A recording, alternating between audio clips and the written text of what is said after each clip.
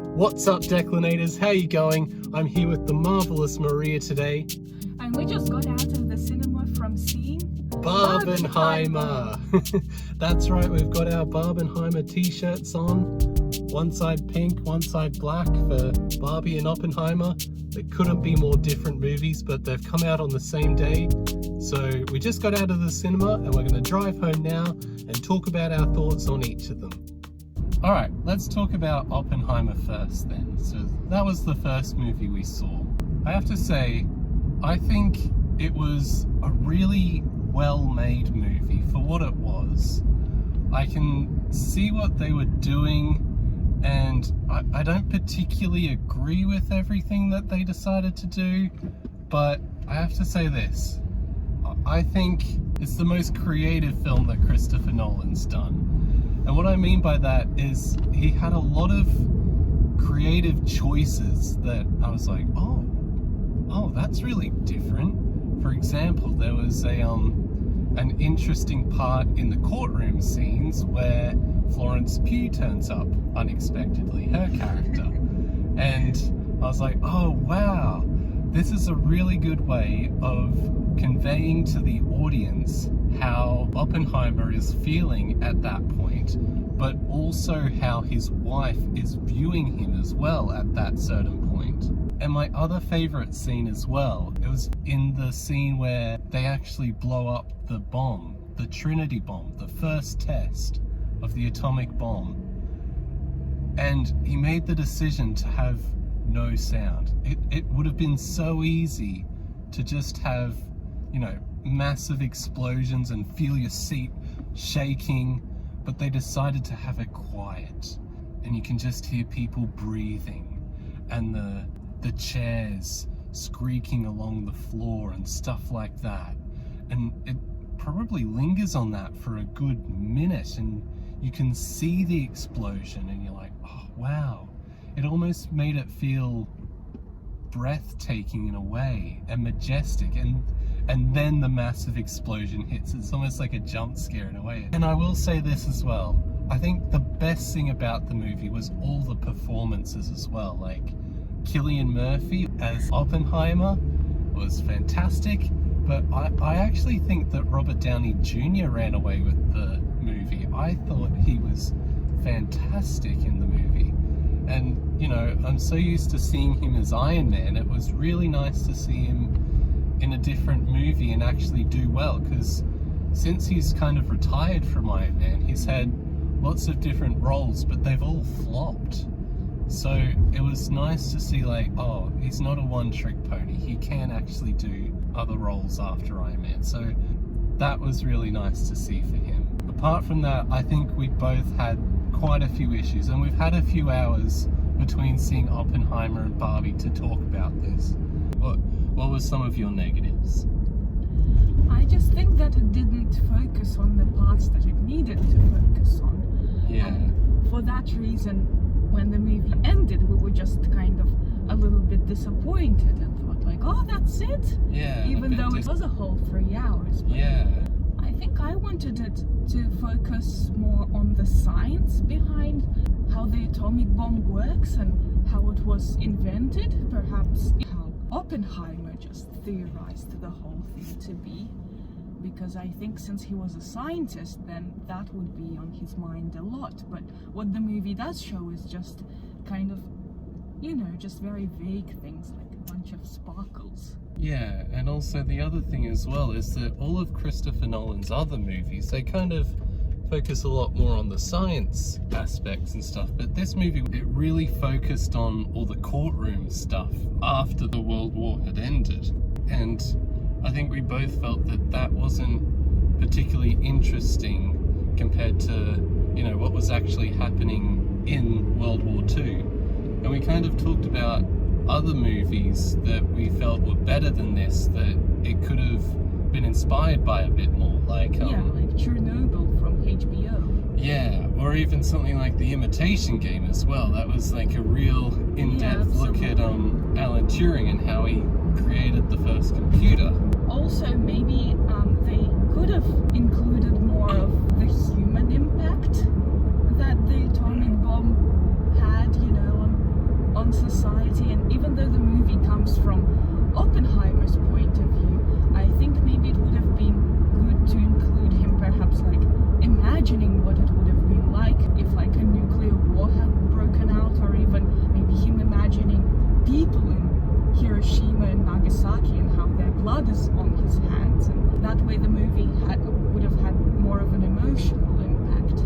Yeah, that's right. Because like they did a really good job at showing you what was happening inside Oppenheimer's mind and what he's thinking, what he's imagining, but they never actually showed the real impact in Japan that his actual invention had. Yeah, even though it is evident that he must have been quite tortured by it, given that he had all those like further steps to try and like prevent the continued like manufacturing of atomic weapons. And I have to say as well, I think I've said this before and I'll say it again, but if you walk out of a movie and like some of your first thoughts are, oh gee, they could have really done that better, or I was disappointed with this thing, I think it's a sign that it's probably not a good movie, or a movie that you didn't really enjoy an awful lot, which is a shame because there was a lot of hype going into this movie, and I think you were more excited than I was about Yeah, Oppenheimer. Definitely, because I just really like historical movies. And Yeah. I'm really just interested in that time period as well. Yeah, I think it just wasn't for us, was it? Yeah. Also, I think there was just too many of those courtroom scenes and those questioning scenes where he's just, sat down in this room and just questioned by government officials about whether he's a communist and whether he's a national security risk, or whether he can be trusted, or he's, a Soviet spy or whatever, and it just seems to go on and like just in circles, like, oh, are you a communist? No, I'm not a communist. And it just seems But like, are you a communist? No, I'm not. And it just seems so like annoying and frustrating, because it just goes on further than it would have taken for the audience to understand what's going on.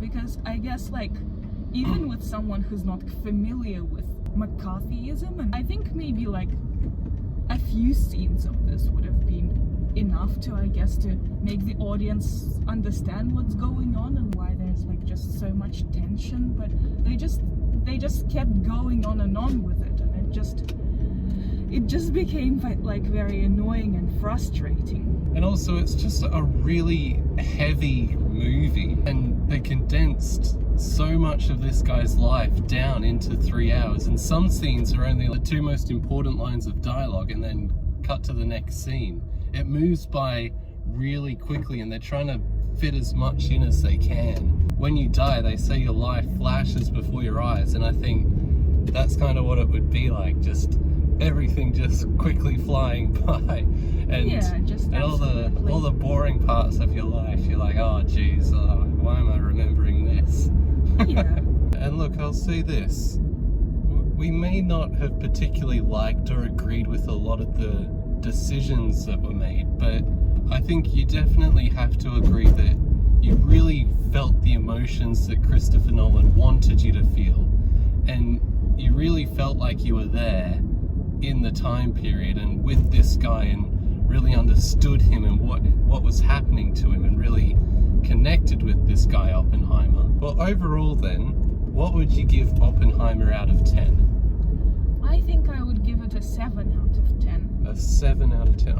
I'd probably give it a 6 out of 10. So maybe we'll meet in the middle and say 6.5 out of 10 for Oppenheimer.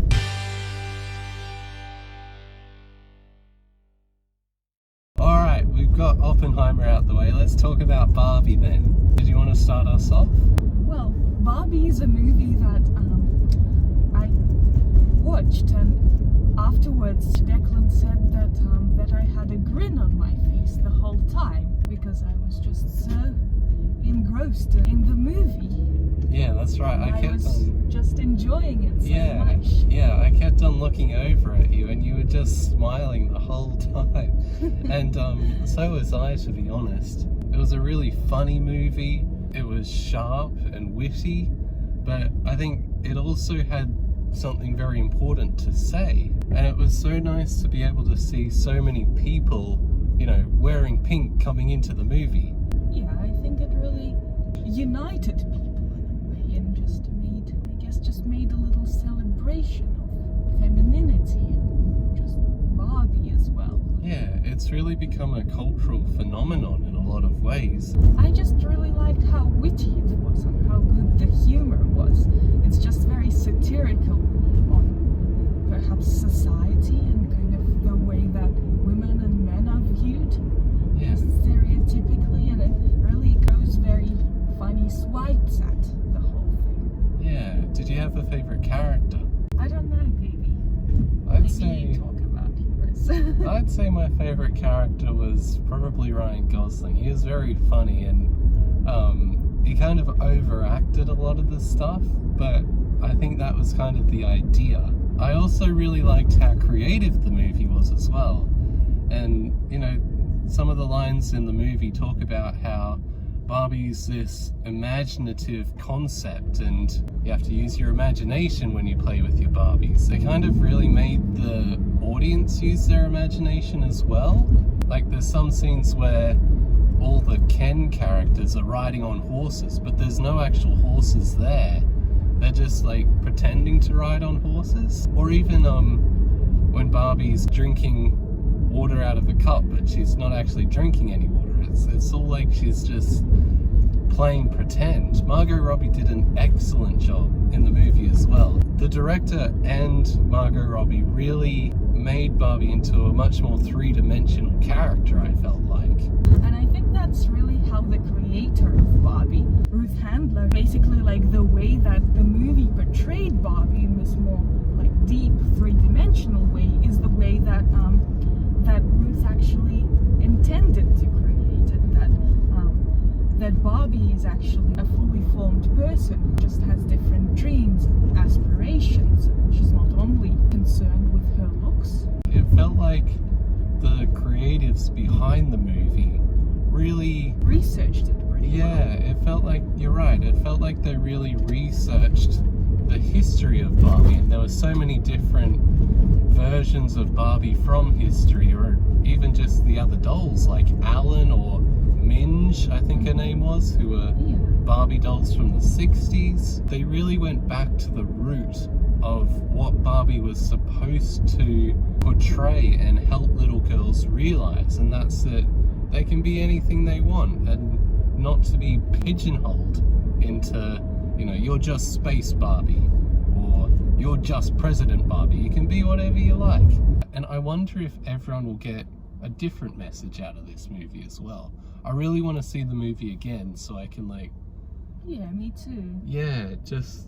There's so many jokes and the message is really complex, and I think you need to watch the movie a few times to fully understand it. The way the movie ends, I thought that it was going to end with the Barbies and the Kens finally realizing that they need equal rights and they were going to have an equal society in Barbie Land, and males and females were going to be on equal footing and whatever. But it didn't end like that. The way it ended was the Barbies going, all right, Kens, we're going to give you representation.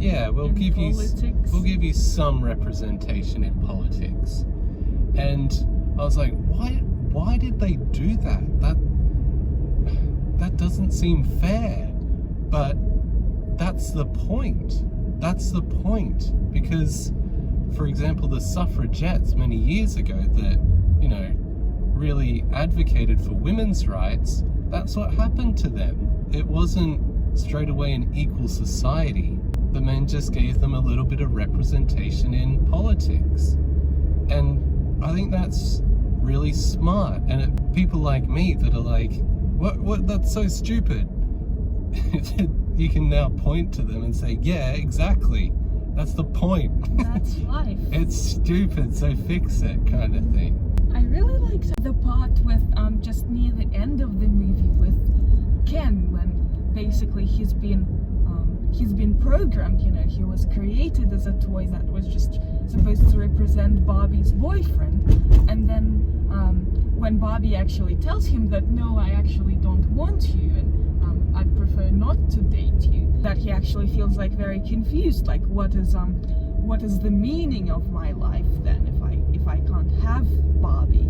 I guess it's gonna be quite a long road for him to actually discover what else might give his life meaning other than just dating Barbie. Yeah. So it's kind of, I guess it just tells you how hard it is to rethink your life after you've been, I guess, indoctrinated into just a very narrow, I guess, role within society for a very long time. Yeah, that's a great message. Both Barbie and Oppenheimer are movies that there was a lot of thought and care put into them, and they really make you come out thinking about things as well, which is great. Different things. We've been able to have such long conversations about these movies. And just trying to figure out what the message of the movies was. Yeah. Because they definitely both had quite a lot of depth in them. Absolutely. In Barbie, I just really liked the visuals as well. They're very priceless, just especially at the start, like how fake everything was, and just how dreamlike and cartoonish, like especially just how her like fake fridge with the fake food in them, and the fake shower, and like the fake swimming pool that you can just sort of walk over, and then the fake beach with the with the plastic sand and the plastic water and waves. I really liked the scene where she got basically like encouraged to get back into the box when she came into that board office. And I think that was like a very obvious metaphor for feminism, of how a lot of people just tell the feminists to get back into the box and just keep sort of conforming to the status quo, and just like stop rebelling. I didn't even think about that, but you're right. Yeah, and it's kind of funny that in all the cinemas they've installed those Barbie boxes for people to sort of get into them and take photos, when it's actually like just such a dark metaphor. Overall, what would you give Barbie out of 10? I would give Barbie a 9 out of 10. 9 out of 10? I'd probably give it an 8.5 out of 10, but it was such that would be 8 3/4 out of 10. Let's give it a 9 out of 10. Okay.